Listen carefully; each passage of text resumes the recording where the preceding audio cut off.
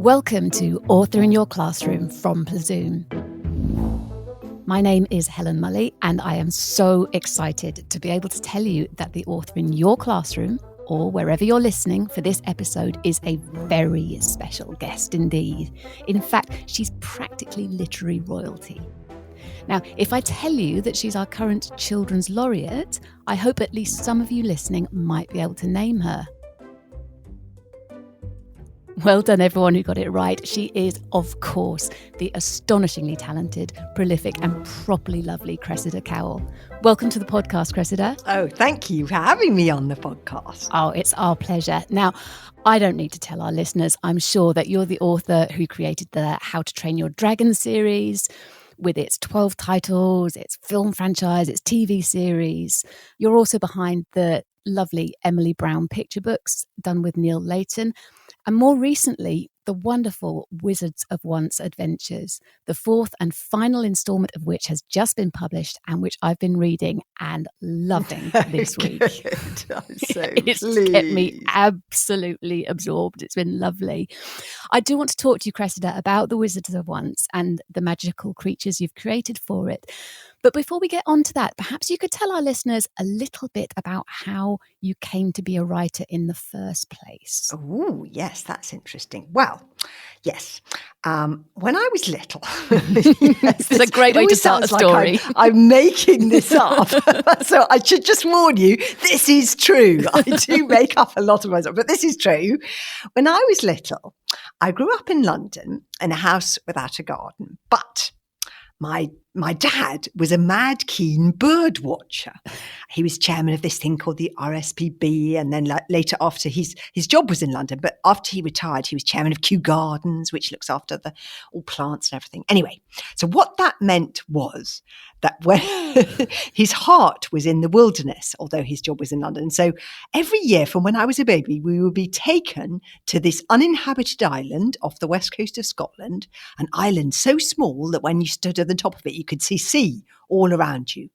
And there was nothing on this island, no houses, no mobile phones back in the 1970s, absolutely no way of contacting the outside world if something went wrong.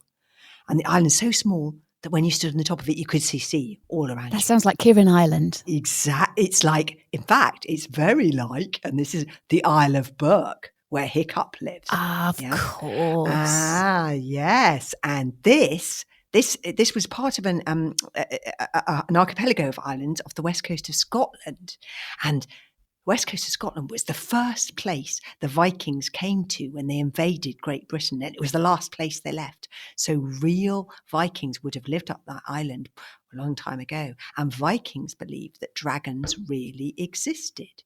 Yeah, they thought they were magical creatures that could exist in earth, air, sea, fire.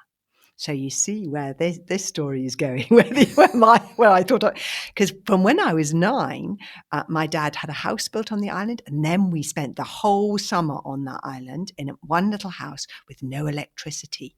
So here's the thing. I'm going to ask all these kids, would you like to spend the whole summer on an island of your own? Yeah. But here's the other thing. An island with a little house that has no television on it. No television. Imagine. So I spent a whole summer on that island with no television. And so I read lots of books. Right. And I also played and went out on my own in rubber dinghies because this was the 1970s and, children just played unsupervised. So you can see where all the stories came from. And why I read a lot and why I wrote a lot. Yes, it turned into writing. It turned into writing the stories that I guess were almost all around you. Yeah. And this is something very important to say to children. My handwriting when I was little was terrible. And my spelling wasn't very good either. And that's really important to tell to children because often I think when I was little, I thought I can still remember the name of the kid whose handwriting was the most beautiful. She was called Henrietta Wallace. Handwriting how's her writing career going? You see, that's the thing. I want to tell children it's not about your writing, it's about your ideas. Yes. And it's also not a race. If there's any adults in the room, teachers or parents, I hope they can tell the children, it's not a race. It's, you're all going to learn how to read one day. You're all going to learn how to write. It's about your ideas. And I don't want a kid who has amazing ideas to be put off, but struggles with the mechanics of reading or the mechanics of writing to be put off. That's why I make some of my heroes wish the hero of Wizards of Once is dyslexic, this thing called dyslexic. But she is the writer because she's the one with the amazing magical ideas, because I don't want children to be put off. Absolutely. And The Wizard of Once it's an amazing series. And you talked a bit about where Hiccup came from. Yes. It came from your Viking steeped island. Yeah. But when did you start thinking about this idea of the wizards and the witches and the warriors in conflict with each other in this familiar yet strange landscape? That was also inspired by somewhere in my childhood near where my grandmother lived in Sussex. Because the thing about Great Britain is that we are in a landscape that is filled with stories. Yes. Because people have lived here for so many thousands of years. So I used to play, again, in the 1970s, I always go into schools and say, would children love to be able to play without the adults be there? We just used to play outside on our own, on our bicycles, and there was lots of amazing woods nearby where my grandmother lived. And I used to play in the woods, and that's where the wild woods come from. But there were lots of stories about magic, because peoples of the past really believed that magic, a bit like dragons, existed. So there were lots of stories about giants and fairies, and I used to imagine again, what if the people were right? What if magic really exists, a bit like dragons? Yes, and that's what I wanted to ask you. The Wizards of Once is full of magic.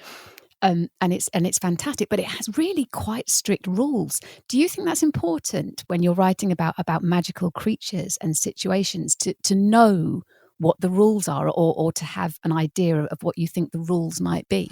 Yes, I think that's a really interesting question. Yes, I think it is, because you're trying to create a world that children will think really exists. Yes. And everything has laws. We're surrounded by a world of laws, aren't we? Science laws.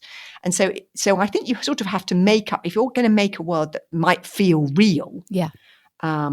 You have to make up the rules of that world. And you often try and make them up based on nature, because that will make the world feel, even though you're making up a magical creature, it will feel real if you've based it on some natural or some real creature that does exist in the world. Then it will feel. I often say, this is important. Writing is like telling a really big lie. Okay. A real stretcher of a lie. The more detail you put into the lie, and the more you base it on a tiny grain of truth, the more it comes alive in your reader or your watcher's head. And that's really important, to tell people, because that goes for everything about writing. If I say, Gobba had a big red beard, can you see the beard in your head? Sort of. But if I say Gobba had a beard like exploding fireworks, or Gobba had a beard like a hedgehog struck by lightning, can you see the beard a bit more clearly? Because I've based it on something true, something that you can see, or you can smell, or you can touch, or you can taste, or you can hear. Yeah. And so think about that when you're doing your writing, or when you're creating your magical creatures or your magical world. You want it to feel true. So try and do lots of research into true things to make it feel real. So when I started off creating this world of magic, I did lots of looking up about what people believed about magic in the past. Yeah. And that gave me an idea for one of the rules of my world in the world, I did lots of research into the Bronze Ages, even though this is fantasy. I did loads of research into the Bronze Age, because research is really interesting. You find out all these amazing facts. Like I found out this fact about the Bronze, about what people used to believe about magic. They used to believe that magic was allergic to iron. Yeah, that's amazing. Isn't that amazing? And they probably thought that because at the end of the Bronze Ages, there were all these people coming in who were these Iron Age people who had iron swords, and iron was stronger than bronze. Yeah. So it must be magic. Yeah. So, and the magic, the Bronze Age warriors couldn't fight against the magic and the iron. So I think that's probably where it came from. But there was this belief that magic was allergic to iron. And so that's what I find that out and I think, oh, how interesting. People used to put iron horseshoes outside their houses to frighten away the fairies. So I put that into my story, that magic's allergic to iron. And that's why when the warriors come, the magic things and the iron warriors come invading, this is about a world split in two. Yeah.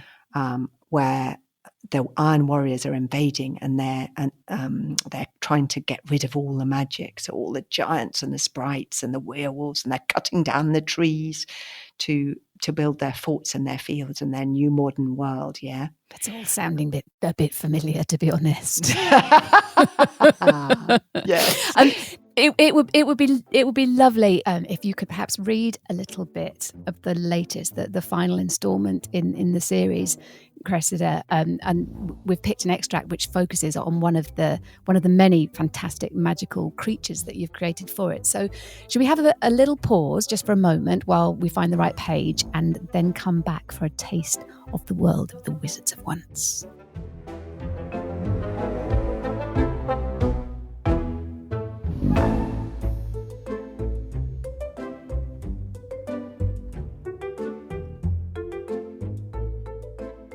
Welcome back to Author in Your Classroom from Plazoom with our very special guest for this episode, Cressida Cowell. Cressida, you're going to read a part of your latest book, Never and Forever, for us now, featuring just one of the many magical creatures from it. So that we know what's going on, perhaps you could just explain a little bit about what's happening in the story before you start. Just to fill you in, this story is about two children from two opposite tribes. So it's Tsar, who's the boy hero, is a wizard, but he has no magic and he would do anything to get it. Okay. And Wish is a warrior girl, but she has a magical secret, which is that she has a magic eye. And she also has magic that works on iron. Okay. So the witches, who are these very bad people, are trying to get hold of Wish because she has magic that works on iron. And in this book, what's been happening is the witches have been trying to take over this world, yeah. And Wish and Tsar, who are heroes from opposite tribes, are joining together, yeah, against their parents. They've run away. They've run away to look for a spell to get rid of the witches, yeah. And one of the last things they have to find is a cup with which to mix the spell in. So they're underneath the ground. Imagine being underneath the ground in something called the Mine of Happiness. And they're stuck underneath the ground looking for this cup. And this is where Tsar meets something called a tatzel worm. Who would like to be meeting a tatzel worm a mile underground? Not me. Anyway, tatzel worm, shouted Tsar. We need to talk. The glowing eyes moved slowly, carefully towards him, narrowed to little splinters, and the creature stopped. The tatzelworm was never going to admit it, of course, but she was already surprised. She had given her really most terrifying high-pitched death screams, and normally the food would have been mouth-wateringly petrified by this time. It wouldn't have been lying on its back trying to start an interesting chat. She knew better, however, than to let the food talk itself into a state of execution. The only reason she hasn't dispatched it so far was that for some mysterious reason, she didn't seem to have frightened it yet. Now, that's because Tsar is this very unfrightenable person. He's got a lot of faults, Tsar, but he's the kind of kid who isn't frightened of anything.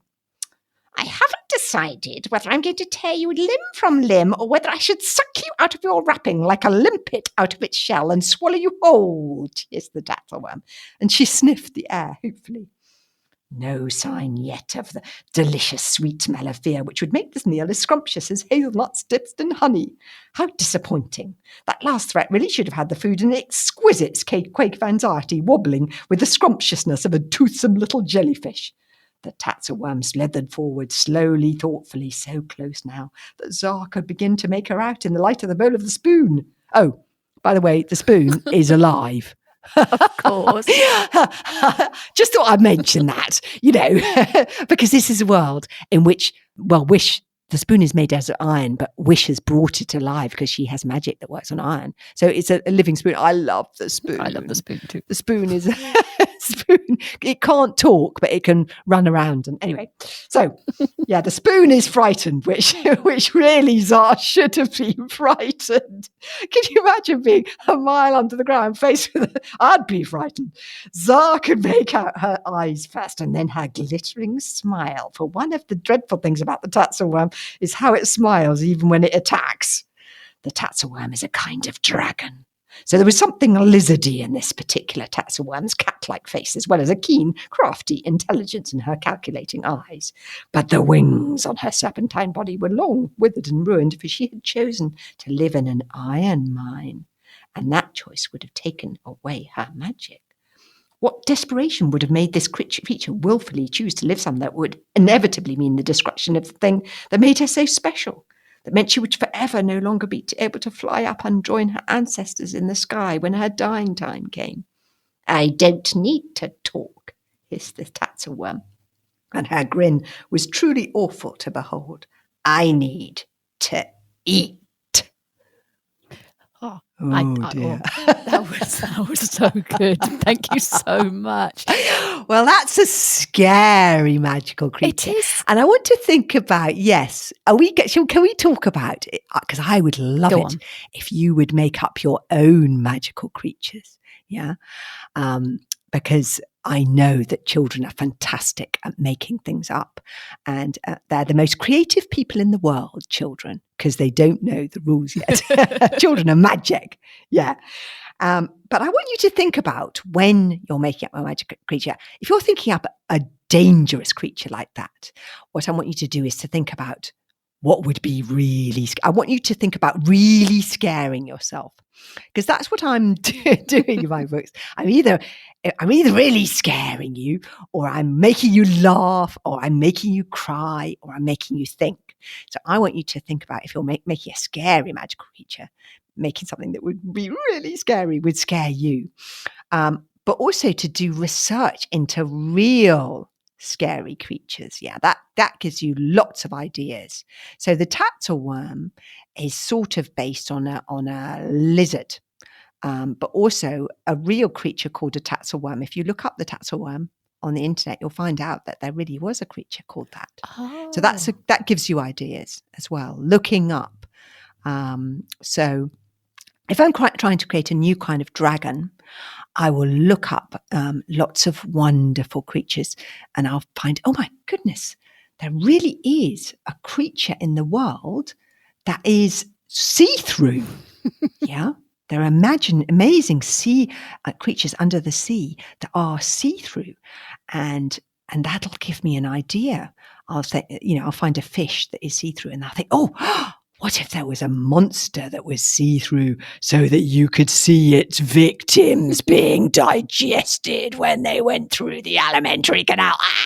Wouldn't that be scary? You sound like you quite relish the idea, Cressida, I have to say. Well, when I'm creating the scary ones, that's what I want to do. But then, if I want to create a really cute creature, like a sort of sweet little magical creature, like a hairy sprite. Yes, a hairy sprite. Then I'll be looking up really cute little creatures like pugs, or actually, the sprites aren't. Squeeze Juice is one of the sprites is based on insects, so I'll be looking at fuzzy little bumblebees or little monkeys and things like that. Really cute things, because that gives you ideas. And nature is so amazing. It gives you ideas. It is. I think there's something else that's interesting about what you do when you create your magical creatures as well, which is the tatzelworm is properly scary. Yes. Sorry. Yeah, thank you. A few nightmares there. And Squeeze Juice is properly adorable and cute and strange and bizarre. But for both of them, there's also this aspect of empathy there. So even while you're describing how the tatzelworm is desperate to eat Zara, you make us pause for a little bit and we think about her poor shriveled wings and why on earth she would choose to live underground in a mine. And I can't think of a single one of your magical creatures where we're not asked to think about what it might be like to be that creature. Yeah. There are two things that are really important. Sometimes I am scary, but notice the children in the books are generally not scared. Or even if they're scared, I have given them the ability to deal with that creature. And so they deal with it. You're interested, Wish will deal with creatures like the tatzelworm with her empathy, with her ability to see things from the tatzelworms. And that's very important when you're meeting problems, to be able, that's one way of dealing with things that you might be frightened of. Another way is your creativity, your imagination. They're often, the children defeat the things that they meet with their creativity, their imagination, and their intelligence. And I'm a huge believer in children's intelligence and their creativity and their empathy. And that's really important for children to know that they can overcome things that they're scared of. They are strong enough to do that. Yeah. Even though it might look that Wishens are much smaller than the things they are facing, they can do it. They have belief in themselves. And those are some of the things that they're using. I'm really interested you noticed that about empathy. Empathy is really important for you to be able to see things from other people's points of view. And maybe people who you thought were your enemies aren't really. It's important to think about things like that, I think. I completely agree. It's fantastic advice, Cressida. And I would just like to remind the teachers and the parents listening, don't forget, we put together an exclusive free resources pack to go with every episode of Author in Your Classroom. They're crammed with activities and planning sheets and illustrations and ideas based on what our guests share with us to support children in producing their own author-inspired writing. And you can download the pack for this episode at plazoom.com. The details are in the episode notes. Cressida, we're almost out of time. Oh, no. But I want to ask you about your special to-do list, your laureate's to-do list. Yes. So can I just press pause once again before we dive into the third and final part of this episode?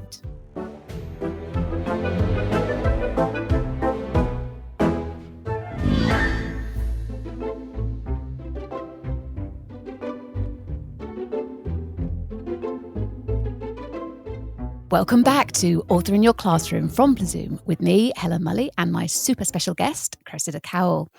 Cressida, it's a grand title. What does it really mean to you, though, to be Children's Laureate?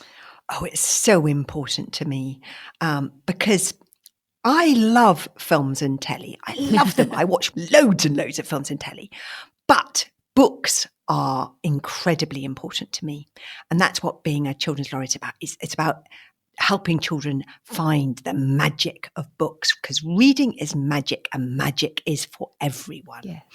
So that's really what being a laureate is about. It's helping children find the magic of books, because there's something very special about a book. In a film, it seems, it happens on a screen. It's out there. In a book, you really feel you are that person. Yeah. You are that person. So there's a real magic to books, and they're particularly good about making children creative, because children are so creative and intelligent and empathetic, all the things we've been talking about.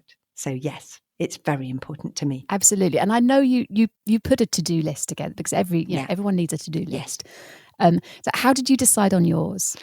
Because I just looked at all the things that I think are really important. So reading for the joy of it is the most important thing, not because somebody tells you to, or because, so finding books that really you love. So that was number one. That was almost the most important thing. Seeing yourself reflected in a book. I'm not going to do them in order. Seeing yourself reflected in a book is so important. There needs to be so many books out there so that you can find, yourself in a book. You can see somebody like you in the book. That's very, very important. Children should all have the right to have that. And to see people like them being the hero, and books being written by people like them. So that's very important. Children being creative for at least 15 minutes a week. This is really important in a magical creature career, because learning how to spell and how to that's all very, it's important. It is important. But you also need to have one, I think, one special place where you can, and ideally it would be a book where you can write whatever you want.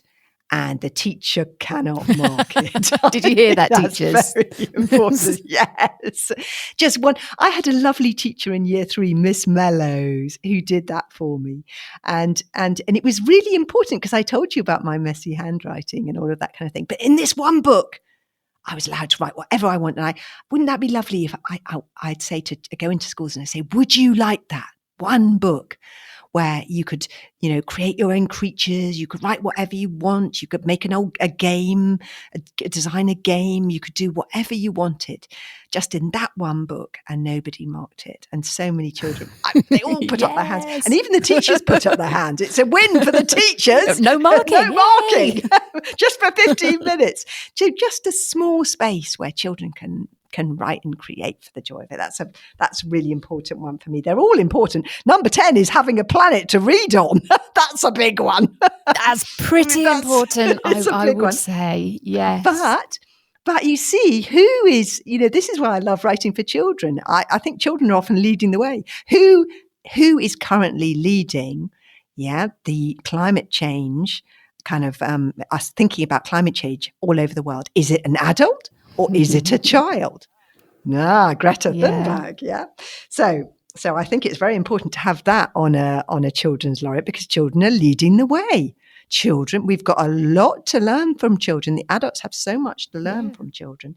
Seeing an author event at least once, that's why I'm so glad that you're doing this podcast, because it's really important for children to see authors. It really helps them, because films and telly are kind of, magically beamed into children's heads. But when they see an author, they can suddenly get excited and think, oh, actually, I haven't tried, this books properly. Maybe I'd like these ones. So that's very important. And this is a big one for me. Every child should have a library, access to a library or a librarian, because some people come from families that can't afford books. And that it's very important that this is a magic that should be for everyone. I think that's very, very important. Absolutely. Well, I have to say, as to-do lists go, that sounds like a pretty important and powerful one. And I wish you all the best. Thank you. Teachers and parents will be, this is something that teachers and parents can do, be read aloud to. Oh, yes. I think, yes, that's so important. That's something that parents and teachers can do. I know I feel so guilty about talking to teachers, because I know you're so busy, teachers. It's so busy. And I know there's so many, and parents as well. As a parent myself, I know at the end of the day, you're all knackered. You're all knackered. But it can have such an effect, because often children are cleverer than their reading ability allows them to access. Yeah. And so I was, so if a teacher can find time just to read aloud to the class, it can be so brilliant. Or an adult, reading aloud, that just 10 minutes a day makes such a difference. I remember every book that was read aloud to me as a child by an adult or a teacher. I remember every single one. Yeah, those voices. Yeah, those voices, so important. Yeah. So if you adults can find time to do that, you can really make a difference. There you go. 15 minutes of writing whatever they like in a book. And reading aloud as often as you can manage it. That sounds like a good recipe to me. Yeah, and if you're creating a magical creature, that's my other tip. If you're creating imagine, if I had a magical power, what would it be? What would I like it to be? Could it be being invisible? Could it be being, could it be being, I'm trying to think. Yes, changing colours, chameleons, and doing lots of research into real things to give you ideas for stories and creatures. That's absolutely wonderful, Cressida. Thank you so much for joining us. It's been an absolute joy talking to you. I want to go off and write something now. And That's excellent. That's really what I'm hoping is going to happen. And I'm sure our listeners are just bursting with ideas for their own writing, their own magical creatures. So thank you so much for being with us. And that's it for this episode. Thanks everyone for listening. We'll be back again soon with another episode of Author in Your Classroom. Take care.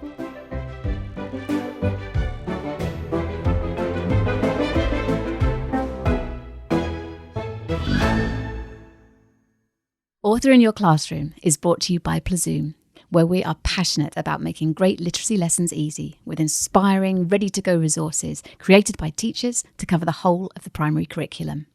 So, whether you're a teacher desperate for SATs revision that pupils will actually enjoy, a parent just as baffled by fronted adverbials as your child, or anyone looking for fun ways to keep children reading and writing during the summer holidays, we've got hundreds of brilliant ideas to explore. Take a look for yourself at plazoom.com, where you can sign up to our newsletter and be the first to find out about our special offers and the new resources that are added to the site every single week. Every episode of Author in Your Classroom is packed with writing advice and inspiration from some of the world's best-loved children's writers. Plus, there are free activities and worksheets based on each author's work to spark children's imagination on plazoom.com. Just check the episode notes for links and more. You can subscribe for free wherever you get your podcasts. We want to reach as many pupils in as many classrooms as possible, so please do give us a rating or a review, but above all, tell your colleagues about us and help spread the word. We know that a love of reading opens doors, not just to success at school and beyond, but to a lifetime of excitement, adventure and discovery. Let us help you make it happen with Author in Your Classroom and Plazoom.